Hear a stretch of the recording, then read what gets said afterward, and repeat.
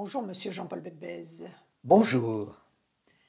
Ces 500 milliards d'euros proposés lundi 18 par l'Allemagne et la France pour soutenir les pays et les secteurs les plus affectés d'Europe vont-ils suffire? Effectivement, est-ce que 500 milliards, ça suffit? Personne ne sait trop. Et on se dit, c'est déjà 500 milliards. 500 milliards qui ont été proposés par qui? Proposés par la chancelière allemande, Mme Merkel, et par le président français, M. Macron. Ce sont 500 milliards nouveaux qui s'ajoutent à 250 milliards qui ont été prévus pour soutenir l'emploi, à 500 milliards qui ont été déjà prévus pour soutenir des pays. Donc on a déjà 750 milliards, plus 1000 qui ont été prévus sur plusieurs années pour faire verdir l'activité économique en Europe. Donc on a déjà 1750 milliards plus 500 égale 2250. On va dire c'est énorme. Simplement, ces 500 milliards nouveaux du 18 mai ne sont pas les mêmes. Pourquoi? Parce que ce sont des milliards qui sont empruntés par l'Union européenne, et donc pas par tel pays ou tel autre, et qui vont être remboursés par l'Union européenne. C'est la première idée.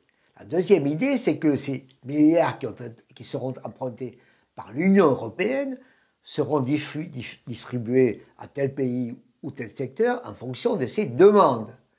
Et il n'y a pas de raison que les milliards empruntés correspondent à des milliards affectés à tel pays ou tel secteur.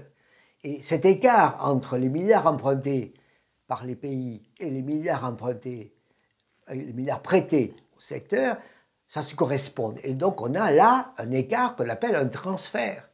On pourra très bien avoir effectivement, par exemple, au prorata, l'Italie qui emprunte, mettez 100 milliards, et qui bénéficie, par exemple, de 120 milliards.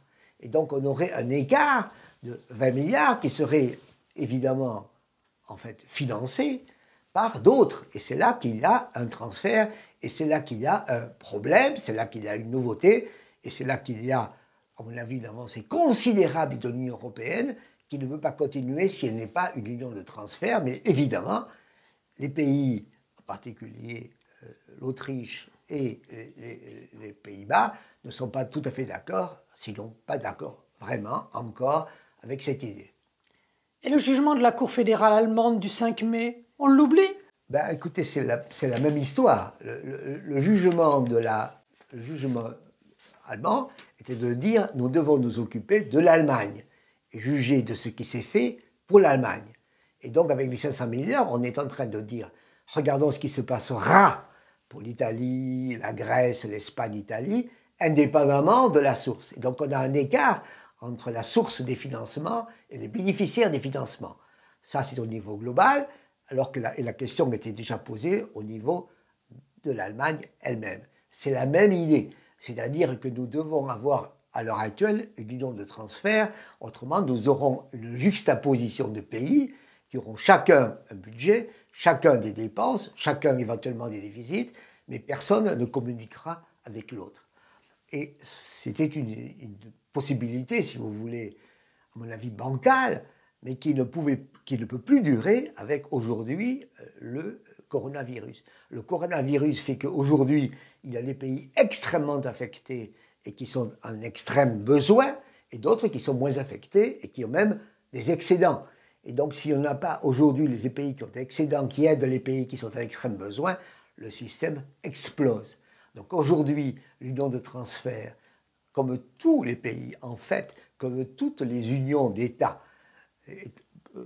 aux États-Unis par exemple, le Canada par exemple aussi, le Mexique, tous les pays fédéraux ont accepté des unions de transfert où certains États en financent d'autres. Nous, jusqu'à maintenant, on avait dit c'est tabou. Aujourd'hui, avec le virus, on se rend compte que ce tabou doit être oublié, autrement, ça ne tient plus, autrement, ça saute.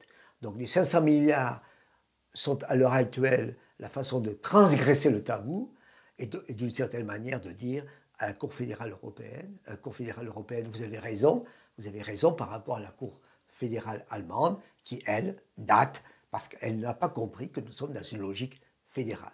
Donc d'une certaine manière, aujourd'hui, avec le virus, on est obligé d'être fédéral ou alors on est mort. Merci. Merci Jean-Paul Bedbez. Bonjour, bienvenue sur la chaîne Belbèze, où chaque jeudi, en quelques minutes, je vous parle de mes sentiments sur la situation économique, sociale en France et ailleurs. Et je vous invite à vous abonner, je vous invite à liker, je vous invite à en parler, je vous invite à faire des commentaires. Donc, je vous invite. Merci.